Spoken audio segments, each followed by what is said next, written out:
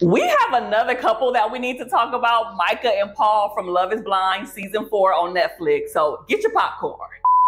Hey everybody, welcome back to my channel. It's your girl Keandra, licensed marriage and family therapist here. And today we are talking about Micah and Paul from Love is Blind Season 4 on Netflix. Now, if you are new here, hey, don't forget to like and subscribe. And if you are not, you know how these review videos go. I always have to give my disclaimer. Number one, there are spoiler alerts in, up, through, and around all through here. So if you have not watched the full season, press pause on this, go watch it, season 4, binge watch, come back, and then watch this review. Disclaimer number 2, I am a licensed therapist in real life. So I have a little bit of tact and respect. So I'm not gonna drag these people like I have seen other people do in their review videos. But I am gonna give you my authentic perspective from a licensed therapist. And y'all know, I like to throw in a little extra too. So while we are here, make sure to check out all of the other videos that I have already done for the other couples too, because those are just as juicy as this one's gonna be. So let's talk about the pods. And I know this probably isn't the best thing to start off with, but I still firmly believe that Micah and Kwame had a better connection than Micah and Paul.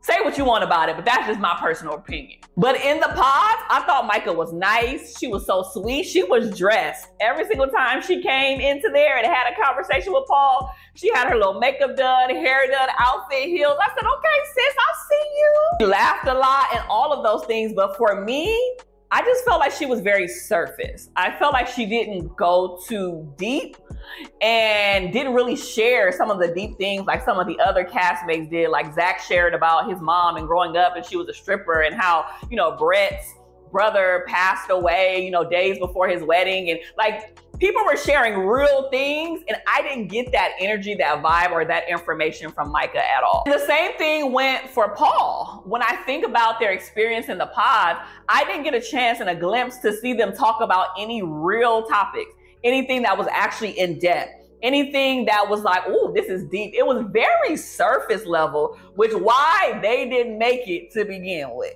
Vibe and the feel that I got from them was like they liked each other's personalities, but didn't see each other as a long-term mate. And if you can't see yourself with someone long-term, it's just for the here and the now, say that, boo. But eventually, we'll talk about that in the part that we're talking about the reunion, because Paul did state that he didn't see Micah as a mother, which was the dagger to the heart. So let's talk about their meet and greet. Let's talk about the first moment that Micah and Paul saw each other. I believe that they were attracted to one another, but I think Paul is a cutie. You know, Paul's a little cutie patootie. I think as with most situations where you're meeting someone for the first time, there was a bit of awkwardness. It was kind of slightly like, they don't really know what to do. They don't really know to be playful or to be serious or to kiss or what was the case. So when they sat down and kind of was talking and they're just like, oh my God, I see you, you're here, I can't believe it. It's like, that's all they knew how to do. I didn't get any instant sparks. You know, like when I seen Brett and Tiffany, I was like, oh, this is a real connection. There were sparks, there were fireworks. Woo, woo, woo, woo, woo, woo, woo, woo. So let's talk about Mexico though, okay? The little AKA honeymoon, as I like to call it. I told y'all we're gonna break it down from the pods, the meet and greet, the honeymoon, the apartment living, the wedding, and the reunion. In Mexico, I felt like they were very different people. Micah consistently complained about Paul's style, how he dressed. I don't think she really felt the way that he dressed, that he just was real basic with it. And you know, she dressed really nice, okay? She dressed pretty nice. And so I think she was very jokey about that, but was also very serious. She always complained about, you know, his messiness and how he packed or unpacked clothes. And they seemed very slow about getting to know one another. I also believe that I think the first night or the first few nights, Micah even mentioned that they weren't intimate and they didn't go there, you know, sexually, as some of the other couples immediately did. And so there's nothing wrong with that. I do believe that when you're first meeting somebody, you don't really know them and you don't want to give your body immediately, whether you are engaged technically or not. So there's nothing wrong with taking your time to get to that space if you get there at all. Now, the thing that you know I got to talk about is Micah and Kwame. I talked about this whole little love triangle too in another video that I'll link up here so y'all can watch that too, about Chelsea and Micah and Kwame and that whole little love triangle. But Micah and Kwame, I believe that they had a connection. I don't care what anybody say. I know Kwame is like, no, I chose Chelsea, I love her, blah, blah. But you was feeling Micah. You were in love with Micah because when she decided to have y'all break up and go separate ways and start exploring their other options, you went back to the communal space with the men and cried. So you can't tell me that you weren't in love. You can't tell me that you didn't have a vibe for her. So when you saw her in person for the first time, there was energy there. There was some unleft conversations that you wanted to have, and you didn't anticipate how physically attractive you would be to her. And he also did not anticipate how physically attractive she would be. It would just be reciprocal, okay? And like I mentioned in that video, I still think that there is something to be explored at a later time, not in this video, about white blonde women who want to be chosen by black men on the show. Not just this season, but previous ones too. But we're gonna stick a pin in that and talk about that some other time. The way that Kwame and Micah was flirting was disrespectful to Chelsea. And fully, we are aware that everybody was drunk. Everybody was driggity drunk, drizzunk. We are aware of that, but it's still disrespectful to the person you came with. It's not okay for Micah to flirt like that with Kwame and Chelsea is just gonna be okay with it. That's a problem. It's not okay for Micah to be flirting like that. That's disrespectful to Paul, right? And everybody saw it. When you run the tape back, they were all close in the pool and touching and laughing and, all of those things. And it's just like, okay, yeah, there's something deeper here. And both of them are basically trying to deny it. And for me, it was a trip because Chelsea was very vocal about it. And she was like, oh no, I'm gonna talk to Kwame. I'm gonna check that situation, but I'm also gonna check that situation with Micah too. So she wound up having conversations with both of them to dead the situation, which was the proper, mature thing to do. And it was interesting to me because I didn't see any footage of Paul doing the same. Paul saw them doing what they was doing, but he never said anything. He never addressed Kwame. He never addressed Micah. He just let it ride, which was an indicator to me that he really didn't care as much as we thought he should have cared. Let's talk about the apartment living situation. It was apparent to me that Micah and Paul lived in two different places, but also too that they weren't willing to be as flexible as to who's gonna move where and what's gonna move what. Micah was like, well, we can split our time. I think she said between Arizona and, Seattle. And Paul was like, I don't wanna do that. But also too, Micah was like, well, I don't want to live in your little teeny tiny apartment because there's not enough space. Where am I going to work? I work from home. Where am I going to put my clothes? Your little baby closet? It's just not. Like, you put clothes on top of your TV or dresser because those are the common things that you wear all the time. Like, why aren't you putting clothes in drawers and closets? Like, what's happening? They had very different ways of living and their lifestyle, and that was very evident to me. So it seemed like Paul wasn't as flexible as Micah was. Micah seemed to be open with like, if I move here, we would need to move out of this apartment. We need like a 2-bedroom because ain't no way we're gonna be able to stay here and have all of our things combined and together. And things got a little weird for me. Things got a little weird when family and friends started to be introduced. I thought that Micah was dang near Paul's mama's twin. Straight doppelganger, okay? Like, I was like, oh, Paul is choosing his mom. What an interesting concept, right? They look the same. I'm sure that there were some internal things that were different, but I thought it was a little kind of spicy for Paul's mom to say, oh, we already researched you and we, did our research and we know about your family and we know about this and we're that. And I had somebody do a thorough deep dive into your whole entire life. I'm like, whoa. I know you want to protect your son, but this feels a bit much. I know you want to protect your son, but you are low-key stalking me at this point. But clearly Micah didn't have any problem with it for some reason. When Micah introduced Paul to her parents, I felt like that was also a weird situation. I felt like Micah didn't explain the experiment, didn't explain her true feelings appropriately. It just felt like she just glossed over and glazed over everything to give them a quick like synopsis versus really trying to tell her parents and even convince them that this is the real deal. And so the fact that, you know, Micah's dad's name is Paul and, you know, Paul's name was Paul, that was a funny situation. But I believe family was really important to Micah because she is the only child. She talked about how her mom wasn't even supposed to be able to have kids. So the fact that her mom is alive and she is alive because they could have died during the birthing process was a big deal to her. And that's why she expressed the desire to want a family, to want a big family, because she didn't get a chance to experience that in her own. But we cannot talk about friends and family without talking about Micah's homegirl. I don't even know what the girl's name is, but I was so blown away at how she acted. Again, you can tell they were all drunk during that time when Micah introduced Paul to her friends for the first time.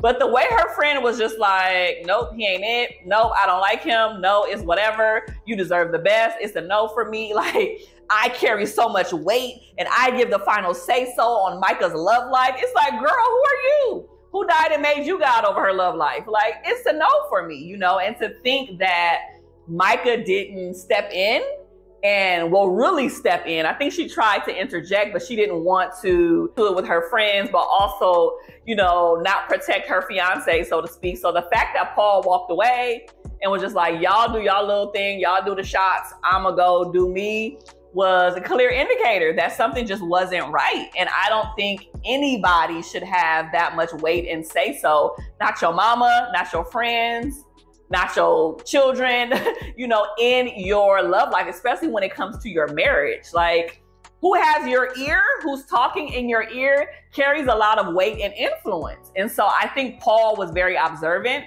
and aware of that, because the friend's disposition didn't change. Y'all seen her at the wedding. When they zoomed in on her, she was so excited and so happy that it didn't work out. Yeah, I understand that, but still your friend is hurting. Your friend is broken. Your friend is having a moment and you're over here kikiing and laughing. Not okay. Not okay. So at the wedding, I wasn't sure what was going to be said. For all of the other couples, I guessed pretty accurately at who was going to say yes and who was going to say no, besides Kwame. I thought Kwame was going to say no.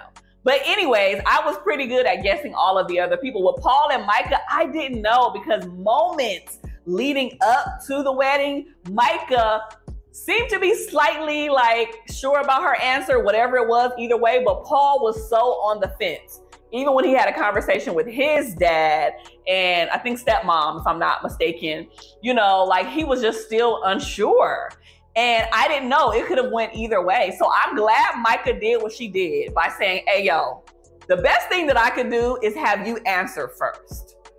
And so when he answered and said no, I think that gave her the confirmation that she needed, but it was still a dagger to the heart. It was still hurtful. You still love and care for this person and they don't want to marry you and they don't see a future with you. That is, it was a lot. It was definitely a lot. I can appreciate Paul running after her and trying to just console the situation, but I don't think right in that moment, anybody is receptive after they have just basically just been dumped in front of all of their family and friends in a wedding. This isn't the moment to come chase after me and try to proclaim your love for me and say, well, I do love you. Okay, but the only thing that kept going through my mind is, what's love got to do with it? Got to do with it, got to do with it. Love is just not enough to sustain a relationship. It's very clear. We need a whole bunch of other things in addition to love to be able to sustain a long-lasting marriage. And I want to say that I'm proud of Paul for standing on his 2 feet, for not being peer pressured to saying yes, for saying I have to go with my heart and my mind and say no.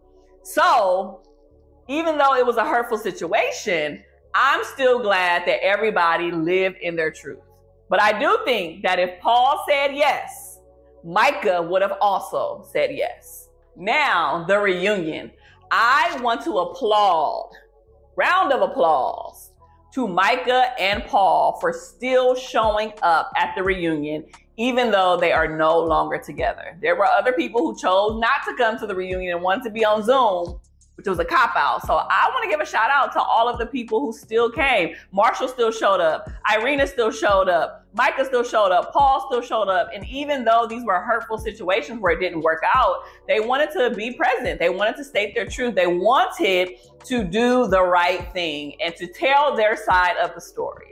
So shout out to Micah and Paul for still showing up. I'm not the biggest fan of how Vanessa handled Paul, but that's a whole nother conversation for a whole different day. I think at this point, it's safe to say we may need to have somebody else host the reunion or host the show in general at this point, because I don't know if y'all need to be executive producers and hosts, because I don't think you guys can be as objective as someone else could. And you know, if you're looking for a new host, holla at me, I'm your girl. It's apparent that they are still no longer together.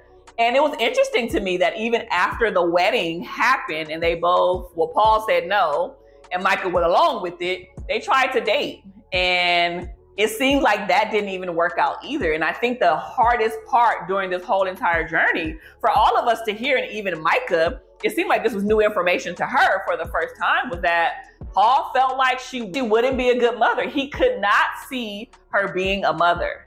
And that was, that was a lot, because we know that Micah desires to have a big family, and to have someone say that, and that was never said throughout the whole entire season, and she's just now finding out that over a year later, it's kind of messed up. I think what they were trying to do was just to double check, to make sure, did I make the right decision for real, for real? So even though we didn't get married, maybe we can just date and see what's cracking, being in a relationship, see if that will work. And then if it does, we can get married at a later time. But I think that it was apparent that they both understood that this relationship wasn't going to work. And all of the ifs and shoulda, coulda, wouldas went out the window. One of the things that I want to add before I wrap up this video was that Micah seemed to hold back. She seems to have held back so much throughout the reunion. I think that there was so much more that she wanted to say when she was questioned about Kwame and their connection.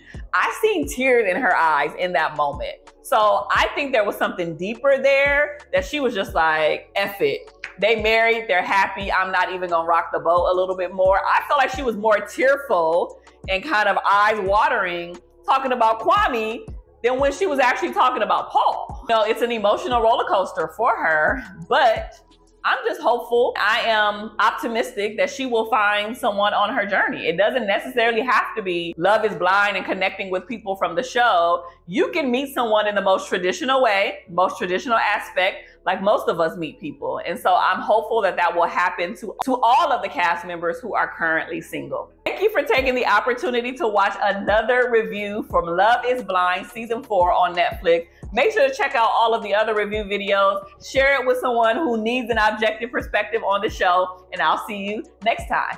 Bye.